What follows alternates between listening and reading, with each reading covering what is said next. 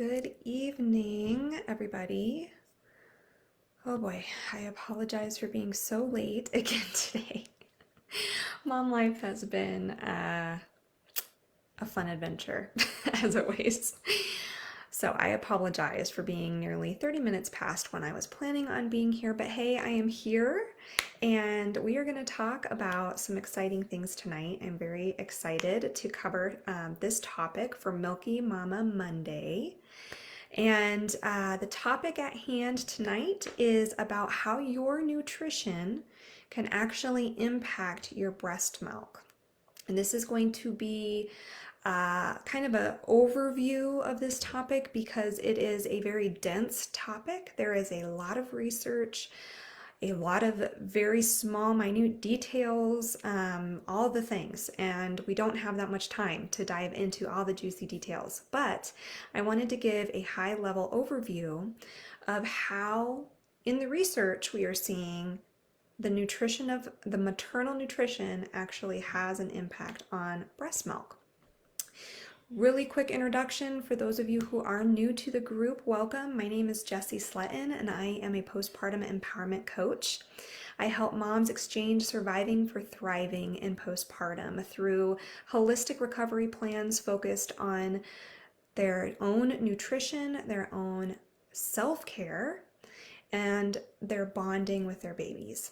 So anything postpartum is really my passion and my jam. And I am a certified lactation counselor as well as a certified postpartum nutrition coach. And I am so happy that you're here. Welcome, welcome. Every Monday, we cover a lactation related topic for Milky Mama Mondays, and that is what we are here to do tonight. So without further ado, since I am so late, I want to just dive into this really interesting and fascinating topic.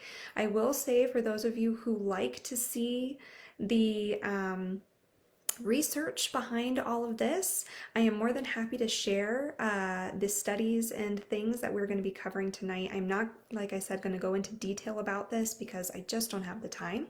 But if there's something in particular that you find fascinating, that you would like to see the research behind, please just let me know. Drop a comment about that and I'd be happy to send over that information for you. So I'm going to start off this topic with a disclaimer.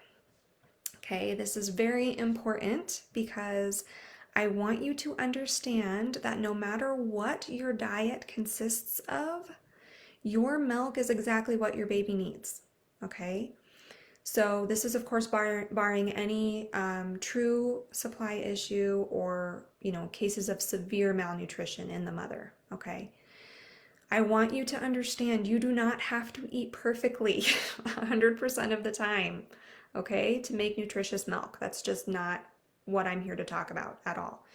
I want you to think of this more as I think I've talked about her before. Lily Nichols is an incredible dietitian who specializes in pregnancy, and she really is known for her work in gestational diabetes and real food. And I like to refer to what she calls inclusion over exclusion. Okay, so this is all about trying to include as much nutrient dense foods as possible in your diet during pregnancy and postpartum, but not trying to exclude eating. Okay, so above all, you need to eat. You need to eat enough food. You need to drink enough water. Okay, so just because you can't eat a nutrient dense meal or snack 100% of the time does not mean that your milk is not going to have what it needs for your baby. Okay, I just really wanted to emphasize that because I don't want you to take away from this training, oh my gosh, I'm not making the milk that I need to make for my baby. They're not getting what they need. That's not true at all. Okay. All right, now that we got that disclaimer out of the way, I want to just talk to you guys about some of the cool and interesting research that we are seeing coming out around certain nutrient-dense foods and how they might have a possible impact on the composition of breast milk. And again, to really just encourage you to incorporate as much as possible of these foods as you are able. Motherhood is busy, and I know that this isn't always a viable option for all of us. So take that with a grain of salt and take it as it is. All right, so this really is to emphasize how not only is this giving, you know, maybe a leg up on some of these things in your breast milk, but it's really, I want to emphasize, it's giving you the best chance for your healing and replenishing your depleted nutrient stores, okay, and for your nourishment as well as for the nourishment of for your little one. All right, so let's dive into some of the details here. So first I want to cover what doesn't get affected at all by maternal diet. So what they're finding in the research is, so first of all, our bodies are amazing, right? We know this. Breast milk is just a fascinating thing that we are able to produce. So because it is designed to ensure our infant's survival, right? Even very undernourished mothers in some of the most dire situations that you can possibly think of. So think war-torn countries, famine, these kind of things. They're still able to provide perfectly nutritious milk for their babies. And that's pretty amazing. And that is because a majority of milk's nutrients are unaffected, like I said, by the maternal diet. So some of these include the actual caloric content of the breast milk, folate, protein, and some other trace minerals. Okay, so these kind of things are not affected by what you eat. So this is great news, right? For our little milky babies. They're still getting what we need, even if we are chowing down on McDonald's a couple times a week, right?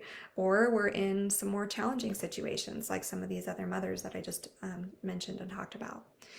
But what is important is that, again, you are just as important, mama, okay? So you need to be replenishing your nutrient stores because they're severely depleted from pregnancy. And some of these actually are taken from our bodies and secreted into our breast milk. So if we're not getting enough in our diet and our body is ensuring that our baby is getting what it needs through our breast milk, we're going to go without, okay? And we can be depleted and in need of replenishing those stores. And a great example of this is folate, okay? So folate is one of those things that, yes, our diet might not affect the amount that's found in the breast milk, but we can be deficient in that very important nutrient if we're not getting enough in our diet because our body is making sure that our baby is getting what it needs. So those are a few of the things that don't get affected at all by your diet. Now let's talk about some things that the research is coming out about, finding that the actual composition might change based on your diet. So some of the research that has come out, they have found that B vitamins, so other than folate, because we just covered folate, but other B vitamins, and one in particular that I want to focus on, B12, is affected by how much you are consuming in your own diet. So they have found that women who have low animal product consumption, so think vegan, vegetarian, those kind of things, they are actually at higher risk of having a B12 deficiency. And they also are at a higher risk of having lower levels in their breast milk. Okay. Another few vitamins that they have found in the research to be affected by maternal diet are vitamins A, D, and K. And vitamin A, just focus on that for a second here. It's a very crucial vitamin for the development of our babies. So it affects their growth, their immune system development, and it also affects the way that they are able to prevent infection. So it's a very crucial vitamin for their development. And kind of a neat fact, colostrum, so our newborn milk that comes in first, actually has a very high concentration of vitamin A in the colostrum milk. And I think this is by design, right? Because we're trying to help our babies build that immunity and all of those amazing things. And so it's a very key nutrient for our babies. And the research is showing that it the composition of vitamin A in our breast milk can be affected by how much we are actually consuming ourselves. So some things that you can focus on in increasing your vitamin A consumption, and this is going to be true for a lot of these nutrients that I'm touching on here. They are kind of found in these foods altogether. So some of those things, like I said, animal based foods are really key. So, including things like animal fats, so butter, ghee, lard, and also some of the highest concentrations can be found in organ meat, which I know that can be kind of a little bit not everybody's favorite thing to talk about for eating sometimes, but there are really interesting recipes that you can include in that to kind of make it a little bit more palatable to try including that in your diet. But also fish, which is really a key. Fatty fish like salmon, especially sockeye salmon and other fatty fish, can be very helpful with boosting a lot of these things that we're going to be talking about. Another key nutrient that they have found that your consumption can actually affect what's in your breast milk is choline. So I talk a lot about choline when it comes to nutrition in pregnancy and in postpartum. It's a super important nutrient that is at the highest need during pregnancy and even higher in lactation. So it's really important that we're getting in the choline that we need, and it actually does affect how much choline is found in our breast milk, and it's actually a very key nutrient for our babies as well, including the development of their brain, basically the brain development.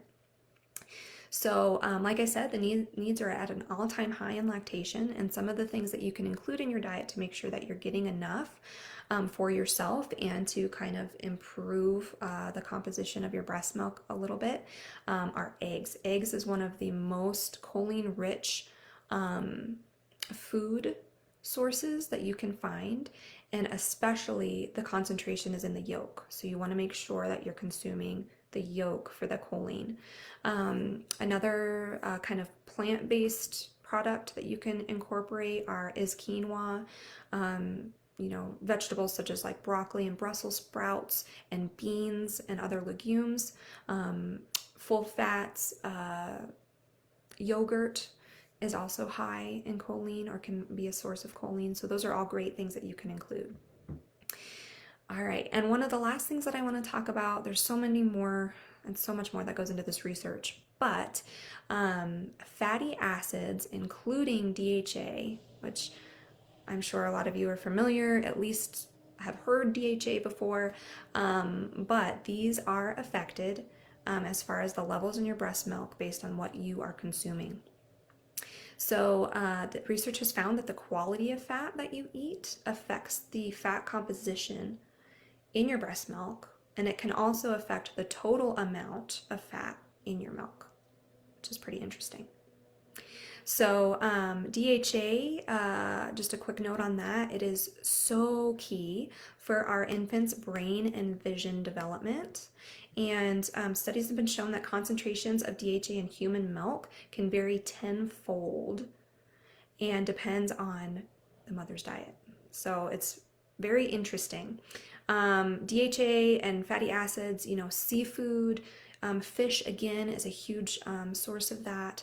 All of those things that we've kind of talked about before are really key for increasing that into your diet and to kind of give your baby's brain and vision development a little boost as well.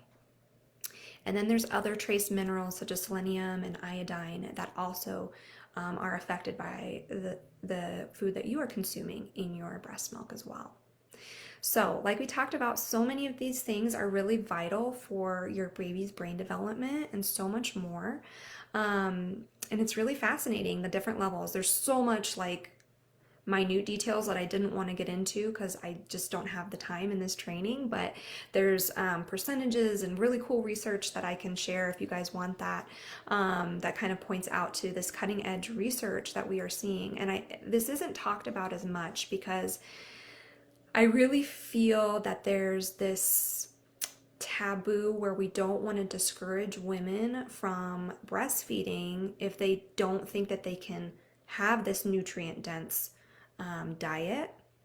But I think it is important for us to understand. But again, this goes back to, this is not about excluding the foods that you can afford, the foods that you know, need to be able to be able to eat enough food, because that's the biggest thing. You have to be eating enough and often. Okay, no matter what you're eating, you need to be consuming enough and you need to be eating it often. It's just more about trying to include some of these more nutrient dense foods, because nutrient dense diet means nutrient dense milk. So, kind of some fascinating cutting edge research that I wanted to share with you guys. I didn't get into a lot of the details, like I said, but if you want some of those more detailed information, reach out. I can always share that. But hopefully you found this fascinating. I had a couple people join saying that they'll have to catch the replay because I was so late. Sorry about that, ladies. But I'm glad that you are going to be able to catch the replay. If you do catch the replay, let me know what you think about this information. If you caught it live, what was something that you learned? What's something you might want more information on? Just a really fascinating topic tonight. So hopefully you enjoyed that. If you guys have any lactation support needs, as always, I'm here for you. I can drop my link for scheduling a virtual consultation. I do offer that over a HIPAA compliant platform, so it is secure. And I love to help anything that you're struggling with when it comes to lactation. And as well as I will drop my link for scheduling if you're interested to chat about working one-on-one with my coaching program as well. So I did post that I was looking for some beta testers, and those spots filled up very quickly. So those are all full, but if you are still wanting some support, some personalized support for preparing for your postpartum journey, or if you are already postpartum and you're needing some help with narrowing in on your self-care, on your nutrition, and anything related to breastfeeding, I would love to work with you. So I will drop that link below as well, where you can schedule a clarity call to see if working together would be a good fit. And I can go into more detail around what that would look like. And if you have any other questions, you can always reach out about that as well. So with that, I am going to say good night, and I hope you all have a fabulous evening, and I will see you all in the group. Thanks.